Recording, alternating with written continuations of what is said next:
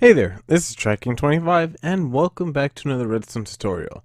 In this tutorial, I'll be showing you how to make the villager trading farm that you can see right over here, which automatically sorts your villagers into a nice little row so you don't have to worry about having villagers running around a village to get the trades done. Now I'll show you real quick how exactly it works. So over here, I have a channel right over here, and then when a villager falls down this channel right over there, from an infinite breeder, he gets put in a minecart and then put in a slot right over there. On the outside over here, you can see that there's a whole bunch of rails and a whole bunch of redstone, and what these rails are doing, they're pretty much channeling the villagers into these slots over here. Now you may notice that the rails are different than this one and then this one over here, and that is because there is a villager in this rail slot over here. So say for instance, there's a villager over there, it's actually going to pass over to the next one, and the rails are set up so that there's no villager over there.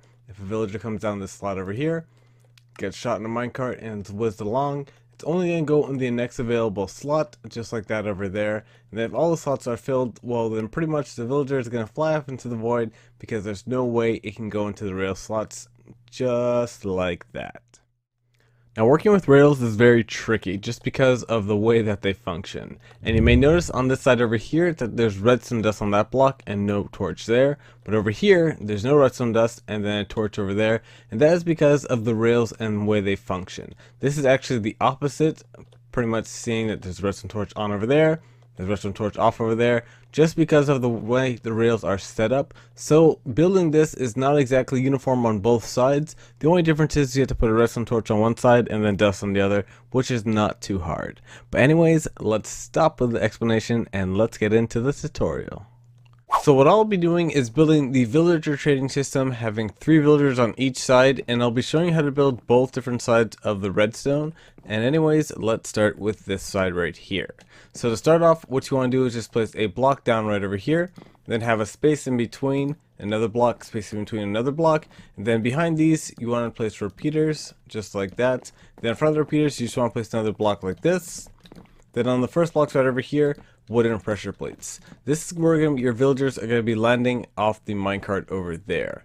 Now both the same sides have the same setup minus the redstone dust and repeater. So we'll be building out these shells just like this, like that, and then after we'll be putting in the redstone afterwards. So on top of this repeaters, what you want to do is just place 2 blocks just like that, just like that, just like that, and then right over here you have to place a oak fence or any other fence gate just like that, and then you want to break these blocks under it over here because we won't need them anymore. The last thing for this step we're going to do is just place a block up like that and then block over there and break the middle block and do the same thing, having a little T shape like that, and this is going to be step 1 done for the villager trading system. Now for the second step, we're going to build the exact same thing over here on this side over there. So you want to make sure you get the right spacing, which is just right over here, and then place down the 3 blocks just like that, and repeat the exact same process over there by placing the pressure plates over here, the redstone repeater down over there with the block behind it, just like that, and the same steps that we followed over there with the 2 blocks just like there, 2 blocks just like there, and 2 blocks just like there, and making your little T shape like that, and then breaking that middle block there, T shape like that, and then breaking the middle block there, one more T shape, breaking that middle block there, and then placing the fence on this block over here, breaking that block over there, so you have the exact same thing on both sides just like that. Now we're going to start placing in some of the rails. So on the first block over here, what you want to do is place a rail just like that on all the blocks over here, and then a detector rail just over here. This is sort of like a failsafe just in case your system does break so another villager can't get in there or can't really get down there because of the system setup over there. And now what we have to do is just set up another rail system at the top over here. We're placing a block up just like that, and then continuing along all the way here. And this is going to be the line that your villagers go on before they go into the sorting system over there. So on top of each detector rail over here, you just want to place a normal rail just like that. Then over here in between you want to place power rails. Perfect, that works. And the same thing over here by doing that same setup over there by placing a block up like that, breaking that one down over there, then making the line over here. And then the exact same thing with the powered rails and the normal rails just like that. Normal over the detector, normal over the detector, normal over the detector, and then powered rails in between. And then the setup should look something along like this. Now we got into the point where we're going to start putting in the redstone. And if anyone knows how exactly rails work, if it's an east, south, north, or anything direction, please let me know in the comments down below just so I can make an update to this tutorial over here. Now, what I like to do is just test out to see which side is going to have which redstone configuration. So over here, what I'm probably going to do is I'll put the torch just like that, torch just like that, on this side over here. So the torch is on the back of the block with the repeater, and then a torch on top over there. And then it tests out to see if this side is the right side. You just have to come on the pressure plates over here and just walk on all three of them. And if you see them going into like that, then that is actually the right setup over here for this side over here. Meaning that if you had your villager sorting system going that way, this will be the setup that you use for that one over there. Which means that on this side over here, we can put the redstone dust on all these blocks just like that. And then the redstone torch on top over here. And then we step on all the pressure plates just like that. And we should get the system with them going into that one over there. So you'll see that your villager sorting system is going to go this way. Just like that. With your villager breeder starting over here. Then you'll see that the villagers go down that way. Then that. Then that. Then we're going to connect them up just like this. And it's continue down that way. And that way, and that way. And again, if anyone knows really how rails work, let me know down in the comments below or send me a tweet just so I can make an update to this tutorial right here.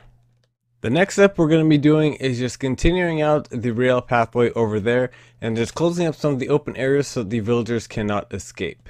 So to continue the rail path, what you want to do is at the last section over here, just place blocks up going like there, and then you have to do a little loop going around just like that on the outside over here. And then looping all the way around until you get to here, and then that's everything connected up pretty much. And to power these rails over here, what we're going to do is just build a pillar right here. And the same thing on this side over there, just placing a block down next to that rail, building a pillar like that. And on this block over here, redstone torch on this block there. Then you have power rails going across just like that until you get to the corner, and then in the corner we're just going to put normal rails, and that's pretty much going to connect both villager systems up like this. And remember, we're starting from this way going that way because of the villager configuration just like that.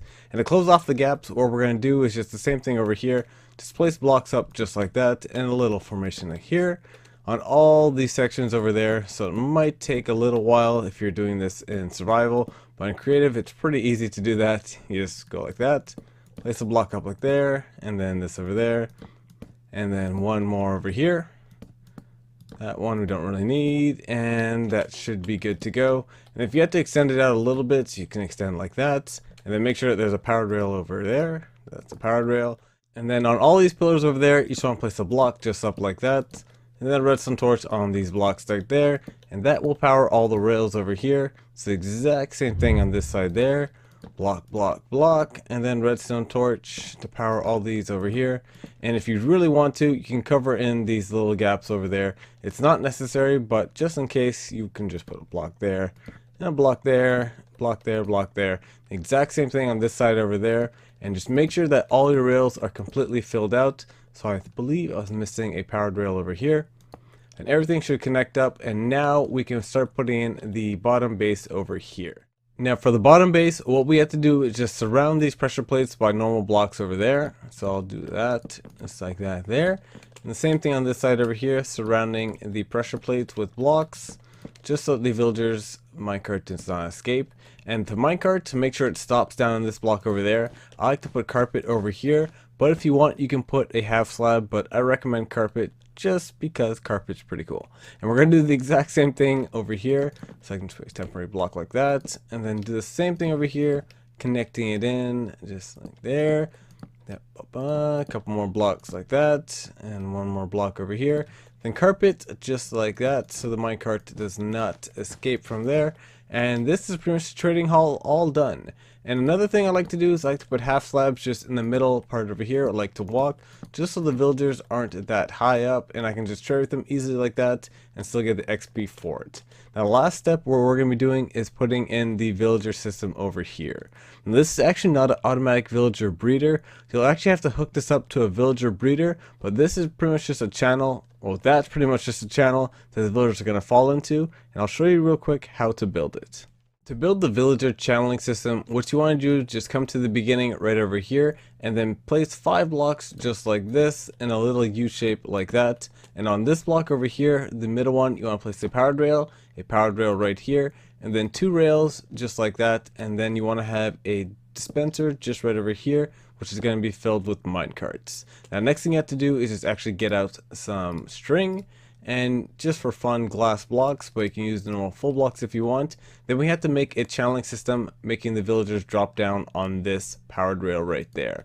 So you just want to place a little T shape just like that over there, and go up 3 blocks here. And the villagers will take some fall damage when they fall down to this, but it'll be fine, they won't die. And if you want, you can throw splash potions when they get in the system, then everything's going to be alright. Now we're going to replace this top glass block right over here with an observer block right over here. And you just want to put string in front of it there, and this is going to pretty much power the system when the villagers fall down. And to make sure that the dispenser throws out minecarts, you just want to place a block over here in front of the dispenser, a block down over there, then redstone dust on this block over here. And then you want to get out another temporary block, put it there, and then place the little L shape like that, and then break that block over there, and put a repeater set to 4 ticks. And then with that, we were going to do a little comparator decay clock over here. By doing that, you just have to place a block up like there, block down over there, and then 5 blocks right over here. Redstone dust on this block here next to the dispenser. 2 bits of redstone dust over there, a comparator facing this way, comparator facing this way, and this is the setup all done. Now we just have to fill this dispenser up with minecarts, and I like to put sometimes a little hopper on top of it and then a chest on top of this here, just right over there, so I can get a whole bunch of minecarts to fill up the system over here. Let's get out a villager spawn egg, and the villager will drop down into this system right over here, just like that.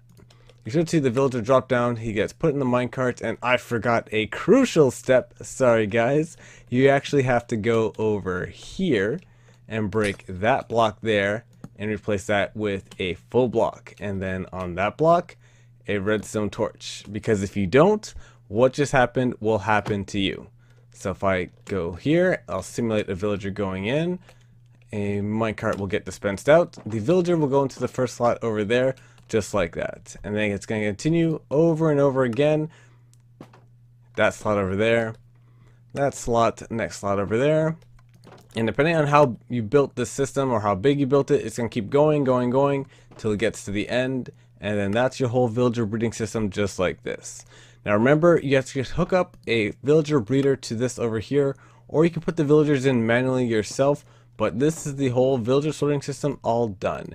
And again, if someone really knows how rails work, let me know down in the comments below so I can give an updated version of this tutorial over here. But, oh, he is gone. Anyways, guys, that's going to do it for this tutorial right here. If you enjoyed it, you can let me know by leaving a like down below. But this has been Tracking 25, and I'll see you guys in the next video.